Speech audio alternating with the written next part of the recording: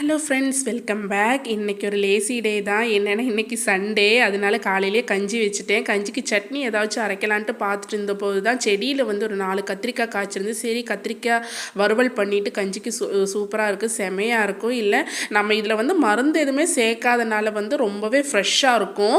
அதனால் கத்திரிக்காய் நல்லா வறுவல் பண்ணி கஞ்சி வச்சாச்சு. காலையிலே வந்து மழை கொட்டிகிட்டு இருந்துங்க. என்னென்னா இன்றைக்கி வந்து மிளகா மல்லி எல்லாம் கழுவி காய போடலான்னு நினைக்கிறதுக்குள்ளேயே மழை கொட்டிகிட்டு இருந்து சட்டுன்னு ஒரு அரை மணி நேரம் முடிச்சதுமே வெயில் அடிக்க ஆரம்பிச்சிருச்சு. சரின்ட்டு நான் மிளகா மல்லி எல்லாமே எடுத்து நல்லா கழுவி சுத்தம் பண்ணி எடுத்துட்டேன். இவ்வளோ அழுக்கில் தான் நம்ம வந்து மிளகா மல்லி எல்லாமே வாங்குகிறோம். ஸோ அதை நல்லா கழுவி சுத்தம் பண்ணிவிட்டு அதுக்கப்புறமா வெயிலில் வச்சு நல்லா முருக காய வச்சுருங்க.